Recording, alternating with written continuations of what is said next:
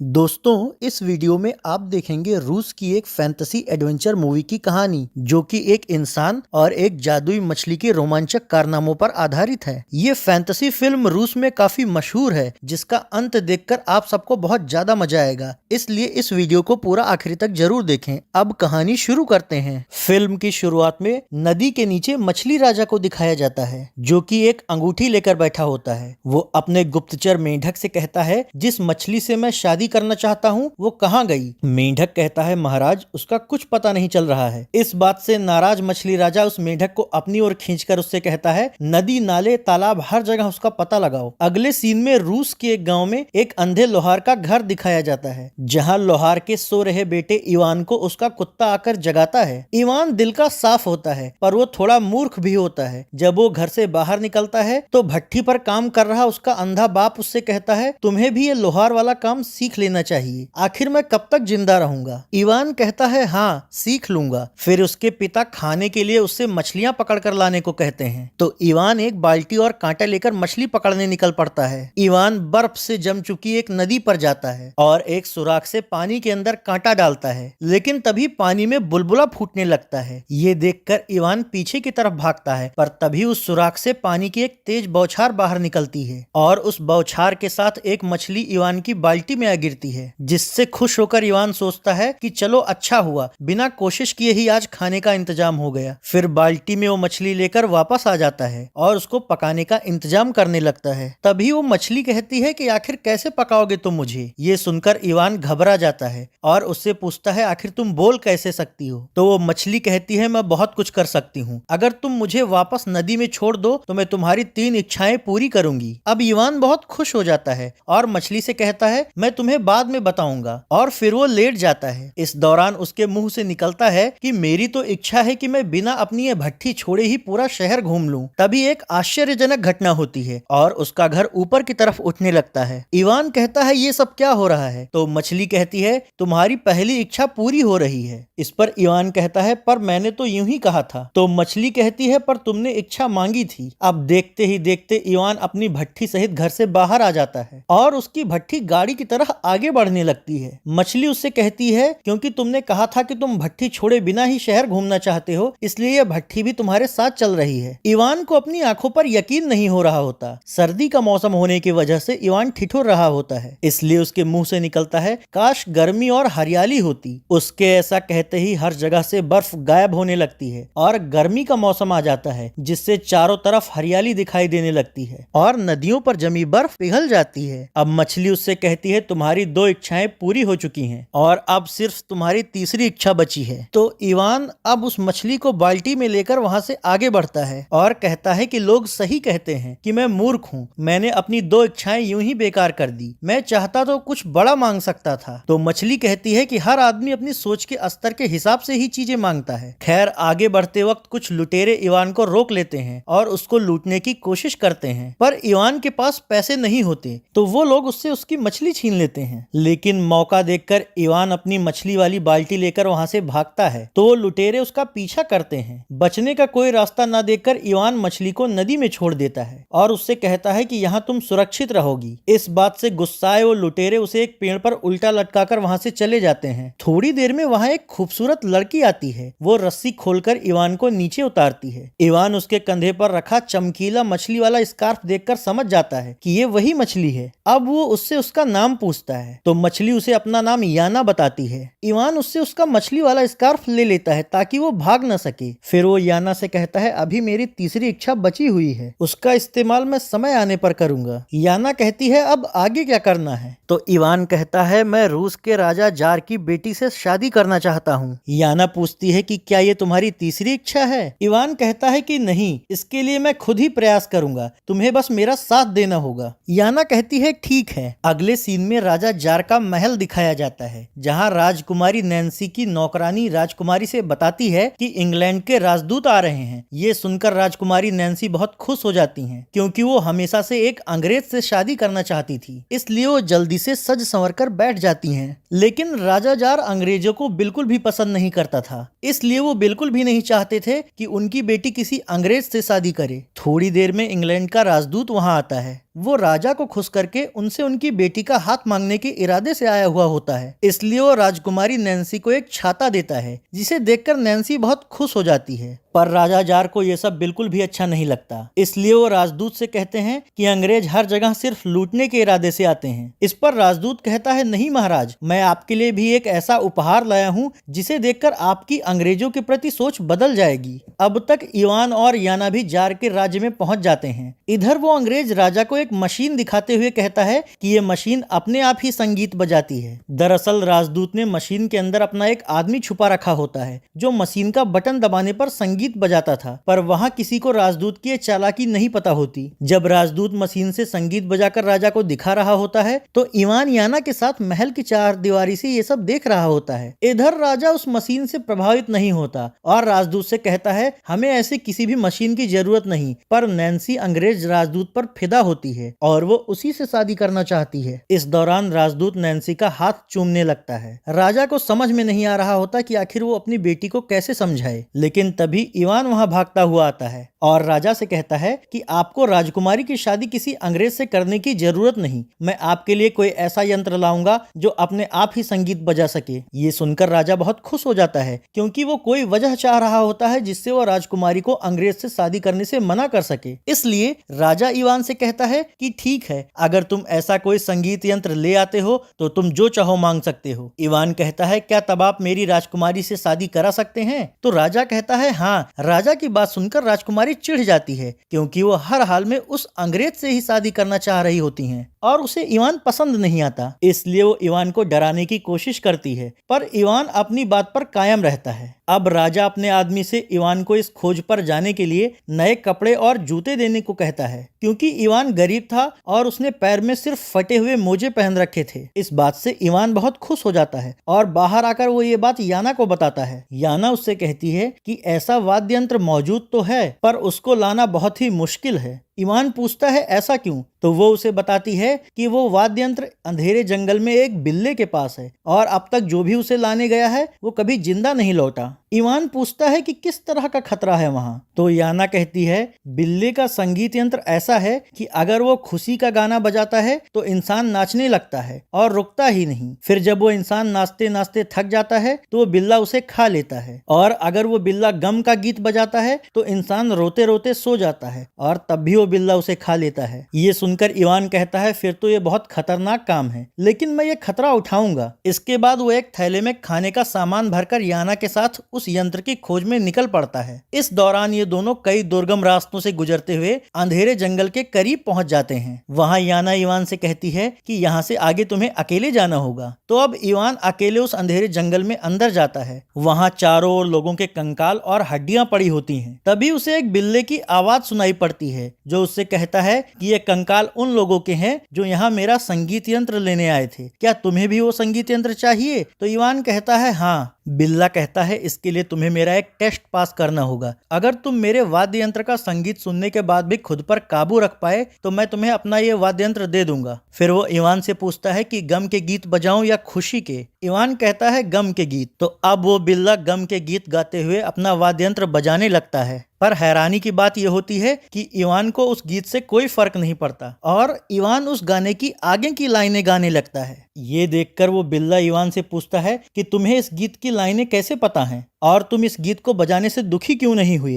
तो इवान कहता है कि मेरी माँ बचपन में मुझे हर रोज ये गीत सुनाती थी, इसलिए मुझ पर इसका कोई फर्क नहीं पड़ता। बिल्ला शर्त हार चुका होता है, इसलिए वो इवान से कहता है कि अगर तुम मेरा वाद्य यंत्र ले जाओगे तो मैं तो भूखे मर जाऊंगा। इस पर इवान उसे अपने थैले से निकालकर काफी कुछ खाने पीने को देता है, जिससे खुश होकर बिल्ला इवान से कहता है कि इस वाद्य यंत्र के साथ साथ मैं भी तुम्हारे साथ चलूंगा। आज से तुम मुझे अपना दोस्त समझो। दूसरी तरफ नदी के पास बैठकर इवान का इंतजार कर रही याना से मिलने मछली राजा का दूत मेंढक आता है। वो उससे कहता है कि मछली राजा तुम्हें हर जगह ढूंढ रहे हैं, इसलिए तुम उनके पास चलकर उनसे जल्दी से शादी कर लो। याना कहती है, उनसे बता दो, मैं उनसे कभी भी शादी नहीं करूंगी। अब तक इवान बिल्ले और वाद्य यंत्र के साथ वहां आ जाता है और वो याना और मेंढक की बातें सुन लेता है। याना इवान से पूछती है, तो आखिर तुम्हें वो वाद्य यंत्र मिल गया? इवान कहता है, हाँ। इसके बाद ये दोनों वहां से वापस लौटने लगते हैं। रास्ते में इवान उससे कहता है कि तुम मछली राजा से शादी नहीं करना चाहती, इसलिए तुम वहां से भाग आई। याना कहती है हाँ, क्योंकि मैं उससे प्यार नहीं करती। अगले सीन में राजा जार का महल दिखाया जाता है, जहां इंग्लैंड का राजदूत वेश बदलकर इस बार इटली का राजदूत बनकर आया हुआ होता है, ताकि वो राजा को राजकुमारी से शादी के लिए मना सके।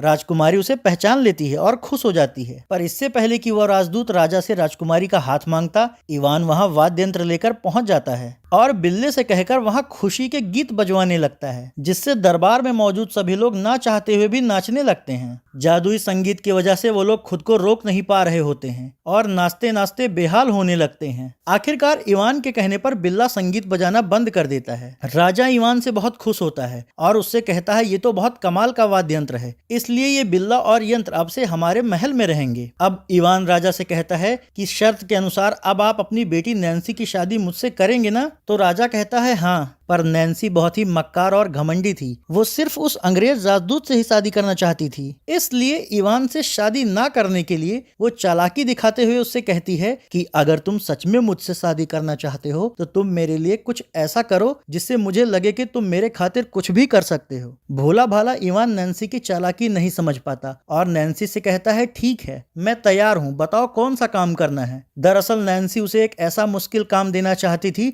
जिसे वो कभी पूरा न कर पाए और यहाँ कभी लौट कर वापस भी ना आए, इसलिए वो इवान से कहती है मैं तुम्हें कल उस काम के बारे में बताऊंगी। इसके बाद इवान याना के पास जाता है। इवान को खुश देखकर याना उससे पूछती है कि राजकुमारी और तुम्हारी शादी तय हो गई क्या? इवान कहता है नहीं, उसने कहा है कि अगर मैं उसका एक और काम पूरा कर लूंगा तो मुझसे शादी करेगी। रात में राजकुमारी नैन्सी महल के स्टोर रूम में जाती है और वहां अपनी माँ से संपर्क करने वाली कुर्सी पर वो अपनी दुष्ट माँ की आत्मा को बुलाती है। उसकी माँ की आत्मा उससे पूछती है कि आखिर इतनी रात को क्यों बुलाया है मुझे? तो नैन्सी कहती है कि मैं उस इवान को कोई ऐसा मुश्किल काम देना चाहती हूँ जिसे वो कभी पूरा न कर पाए और मुझे उससे हमेशा के लिए छुटकारा मिल जाए। तो उसके माँ की आत्मा उसे एक मुश्किल काम बताती है। अगले दिन योजना के अनुसार राजकुमारी के कहने पर राजदूत राजा को एक मशीन दिखाते हुए कहता है कि इस मशीन में सलाद डालो तो अपने आप ही कट जाती है और फल डालो तो जूस भी अपने आप ही निकल जाता है। दरअसल राजदूत ने इस मशीन के अंदर भी अपना एक आदमी छिपा रखा होता है जो ये सब काम करता था, पर बाहर सबको लगता था कि मशीन ये काम कर रही है। राजदूत राजा से पूछता है कि क्या आपके राज्य में ऐसी कोई मशीन है?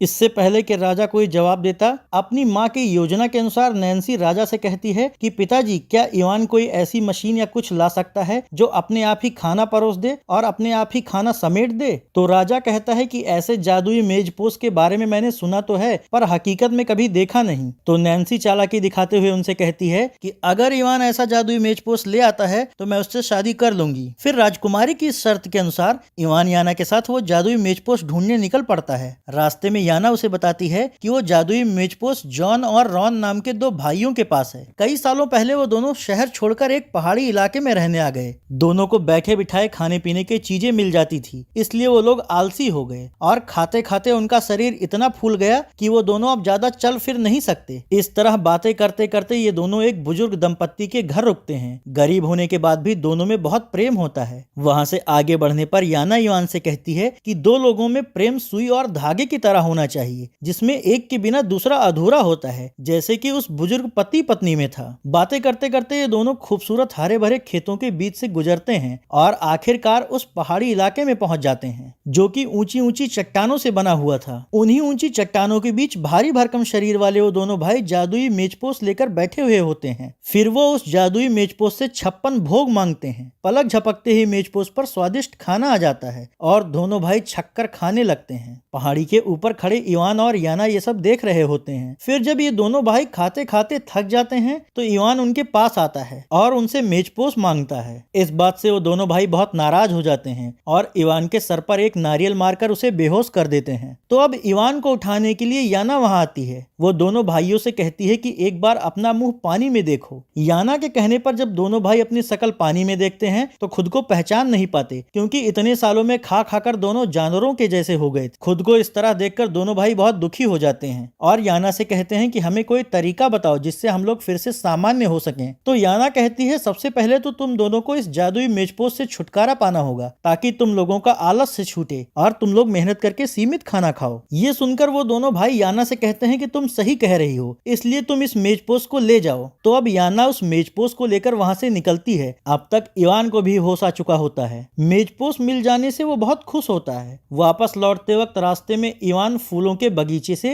राजकुमारी को देने के लिए फूल चुनने लगता है। तो याना उससे कहती है कि तुम्हें अब तक समझ में नहीं आया कि नैन्सी तुमसे शादी नहीं करना चाहती। वो जानबूझकर तुम्हें इतना मुश्किल काम दे रही है जिसे तुम पूरा न कर सको और उसे तुमसे छुटकारा मिल जाए। पर इवान दिल का साफ होता है, इसलिए वो याना से कहता है ऐसा नहीं है। अब इवान याना का हाथ पकड़कर उसे बताता है कि वो किस तरह राजकुमारी को प्रपोज करेगा। उसकी अच्छाई और मासूमियत देखकर याना को भी इवान से प्यार हो जाता है, पर वो उसे जताती नहीं। उधर जार के महल में राजकुमारी और राजदूत रंगरेलियां मना रहे होते हैं क्योंकि उन्हें लगता है कि इवान अब कभी भी लौटकर वापस नहीं आएगा। लेकिन इसी दौरान इवान वहां लौट आता है। राज्य के लोग उसके सफल होने पर उसका जोरदार स्वागत करते हैं और खुशी मनाते हैं। ये देखकर राजा याना से कहता है देखो, जनता की नजर में अब वो एक हीरो बन चुका है, सब उसे पसंद करते हैं। लेकिन नैन्सी को यह सब बर्दाश्त नहीं होता क्योंकि वो किसी भी हाल में इवान से शादी नहीं करना चाहती थी। इसलिए वो फिर से स्टोर रूम में जाकर अपनी माँ की आत्मा को बुलाती है और उनसे पूछती है कि अब मैं क्या करूं। तो उसकी दुष्ट माँ उसे फिर से एक खतरनाक योजना बताती है। अगले दिन दरबार में सभी की उपस्थिति में याना राजा से कहती है कि मैं इवान से शादी करने के लिए तैयार हूँ, बस मैं चाहती हूँ कि शादी के लिए मुझे मेरी माँ का आशीर्वाद मिल जाए। इसलिए इवान को अंधेरी दुनिया में जाकर इस शादी के लिए मेरी माँ की आज्ञा लानी होगी। ये सुनकर राजा समझ जाता है कि उसकी बेटी शादी ना करने के लिए ये सब मुश्किल काम इवान को दे रही है क्योंकि अंधेरी दुनिया में जिंदा जाना असंभव है। इस बात से राजा और इवान दोनों मायूस हो जाते हैं, लेकिन इवान इस काम के लिए भी हाँ कर देता है। इसके बाद वो याना के पास जाता है। याना उससे कहती है कि उस जगह जिंदा जाना मतलब मौत के मुंह में जाना, क्योंकि वो दूसरी दुनिया है। इवान पूछता है वहां कैसे जाया जा सकता है, मैं वहां अकेले जाऊंगा। तो याना कहती है अंधेरे जंगल के पार काली नदी है जो खतरे और धुंध से भरी हुई है, उसको पार करने पर अंधेरी दुनिया का रास्ता खुलता है। फिर अगले दिन इवान याना के साथ उस दुनिया तक जाने के लिए निकल पड़ता है, पर इसके पहले वो याना को लेकर अपने अंधे पिता के पास जाता है क्योंकि उसे नहीं पता होता कि वो अंधेरी दुनिया से वापस लौट भी पाएगा या नहीं। इवान का पिता याना की आवाज सुनकर उससे कहता है कि मैंने कई दिनों से अपने बेटे की आवाज नहीं सुनी, मैं अंधा हूँ इसलिए उसे ढूंढने भी नहीं जा सकता, बड़ी मुश्किल से अपना लुहार वाला काम करता हूँ। ये सुनकर याना और इवान दोनों उनकी ऐसी हालत पर दुखी हो जाते हैं। अब इवान को पछतावा हो रहा होता है कि आखिर क्यों वो अपने अंधे बाप को ऐसे हालत में छोड़कर गया। इसके लिए वो अपने पिता से माफी मांगता है और उनसे इस सफर पर जाने का आशीर्वाद लेता है। फिर वहां से आगे बढ़ने पर वो याना से कहता है कि मैंने अपनी 2 इच्छाएं बर्बाद कर दी, पर मैं चाहता हूं कि मेरी तीसरी इच्छा में तुम मेरे पिता की आंखें ठीक कर दो। याना उसके इस इच्छा को पूरी कर देती है जिससे भट्टी पर काम कर रहे उसके पिता की आंखें वापस आ जाती हैं। इसके बाद नदी के पास पहुंचकर इवान याना से कहता है कि वादे के मुताबिक तुमने मेरी तीनों इच्छाएं पूरी कर दी हैं। इसके अलावा तुमने मेरा बहुत साथ दिया, पर मैं अब तुम्हें और परेशान नहीं करना चाहता, इसलिए यहाँ से आगे का सफर मैं अकेले ही तय करूंगा। फिर वो याना को उसका मछली वाला स्कार्फ देकर उसे आजाद कर देता है। अब याना उससे कहती है तुम अभी तक नहीं समझे, हम दोनों का रिश्ता भी सुई धागे की तरह है, इसलिए मैं मुश्किल में तुम्हारा साथ नहीं छोड़ सकती। एक बार तुम कामयाब हो जाओ फिर मैं भले ही चली जाऊं। इवान याना का प्यार समझ नहीं पा रहा होता, इसलिए याना भी खुलकर उससे अपने प्यार का इजहार नहीं कर पाती। फिर वो भी इवान के साथ नाव पर सवार हो जाती है और दोनों नाव से नदी में आगे बढ़ते हैं। आगे जाने पर उन्हें चारों ओर मौत के दूतों की मूर्तियां दिखाई देती हैं। याना कहती है कि यहाँ से अंधेरे का इलाका शुरू होता है। फिर नाव रोककर दोनों वहां एक घाटी में उतरते हैं। इवान कहता है कि ये जगह काफी अजीब है। तभी उस दुनिया का संरक्षक इवान से कहता है कि तुम यहाँ तक कैसे आ गए। याना कहती है कि ये मेरे साथ यहाँ आया है पिताजी। ये सुनकर इवान चौंक जाता है। तो संरक्षक कहता है कि हाँ, ये मेरी ही बेटी है। इस पर याना कहती है कि जब से आपने मुझे मछली बनने के लिए मजबूर किया तब से मेरा आपका कोई रिश्ता नहीं। तो संरक्षक कहता है मुझे कुछ समय के लिए मजबूरी में करना पड़ा ताकि तुम दुनिया भर से अनुभव और सीख ले सको। याना उनसे कहती है कि हम यहाँ रानी की आत्मा की तलाश में आए हैं। ये सुनकर संरक्षक उन दोनों के पास जाता है और उन्हें बताता है कि रानी एक मक्कार और क्रूर महिला थी। उसने राजा से सत्ता हासिल करने के लिए शादी की और गरीबों पर जुल्म किए, इसलिए उसकी आत्मा को इस दुनिया में सजा दी जा रही है और उसे अनंत काल के लिए भूखा रखा जा रहा है। फिर संरक्षक रानी की आत्मा को वहां प्रकट करता है। इवान उनसे कहता है कि शर्त के अनुसार मैं आपकी बेटी से शादी करने के लिए आपकी आज्ञा लेने आया हूँ, पर धूर्त रानी उसे मना कर देती है। ये देखकर याना अपने पिता से कहती है कि आप कुछ कीजिए। तो उसका पिता रानी को खाने की चीजें दिखाकर कहता है कि तुम अनंत काल के लिए भूख से तड़प रही हो, अगर तुम इस भूख का अंत चाहती हो तो तुम्हें इवान को इजाजत देनी ही पड़ेगी। मजबूर होकर रानी इसके लिए तैयार हो जाती है। अगले सीन में राजा जार का महल दिखाया जाता है, जहाँ खाने की टेबल के सामने बैठकर नैन्सी और राजदूत मजे कर रहे होते हैं।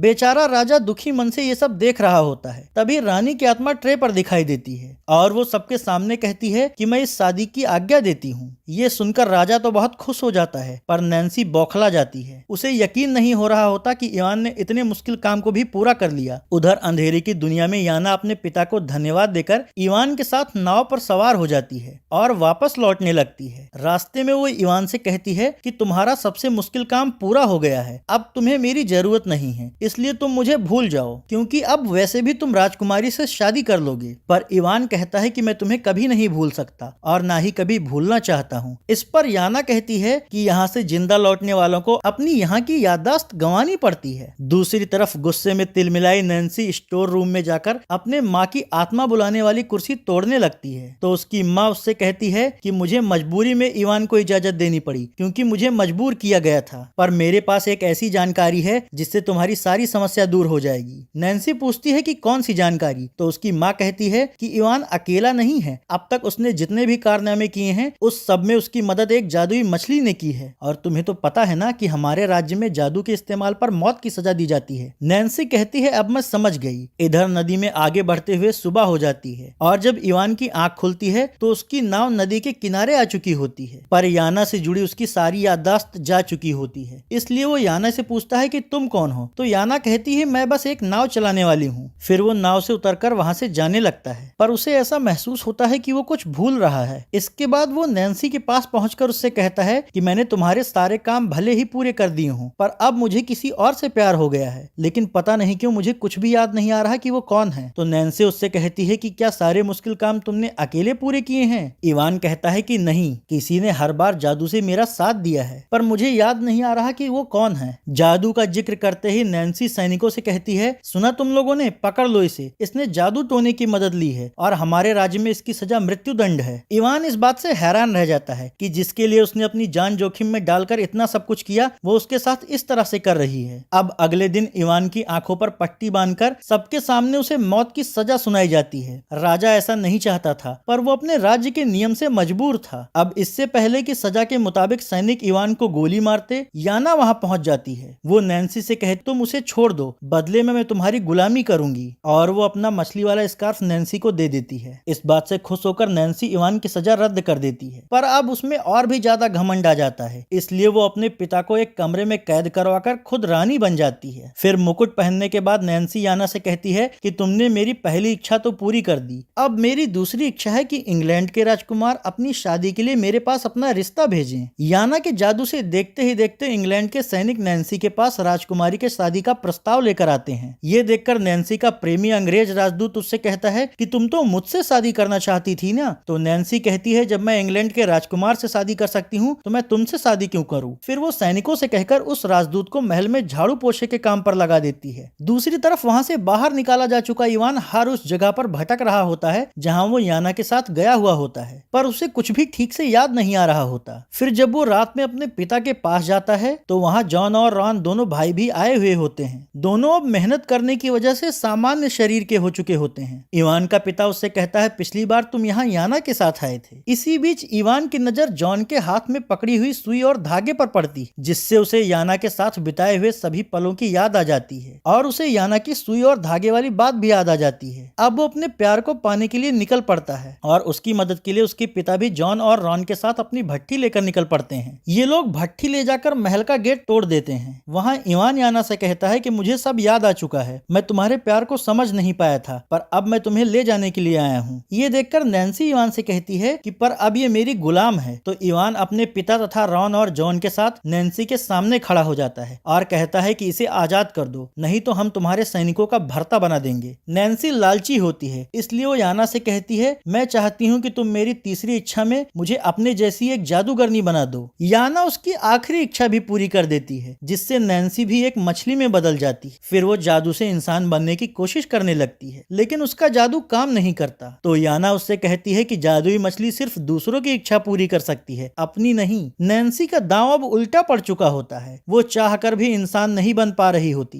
तभी वहाँ के कुएं का पानी ऊपर आने लगता है और मछली राजा बाहर आ जाता है। वो नैन्सी को मछली के रूप में देखकर उसे याना समझता है, इसलिए उसे पकड़कर पानी के नीचे ले जाता है और जबरदस्ती उससे शादी कर लेता है। इधर नैन्सी से छुटकारा पाकर सभी लोग खुश हो जाते हैं। राजा जार को भी फिर से आजाद करके राजा बना दिया जाता है और इवान और याना एक दूसरे से अपने प्यार का इजहार करके एक साथ रहने लगते हैं। इस तरह ये फैंटेसी फिल्म यहीं खत्म हो जाती है। अगर आपको भी ये कहानी पसंद आए तो वीडियो को लाइक और शेयर करें और चैनल को सब्सक्राइब करना ना भूलें।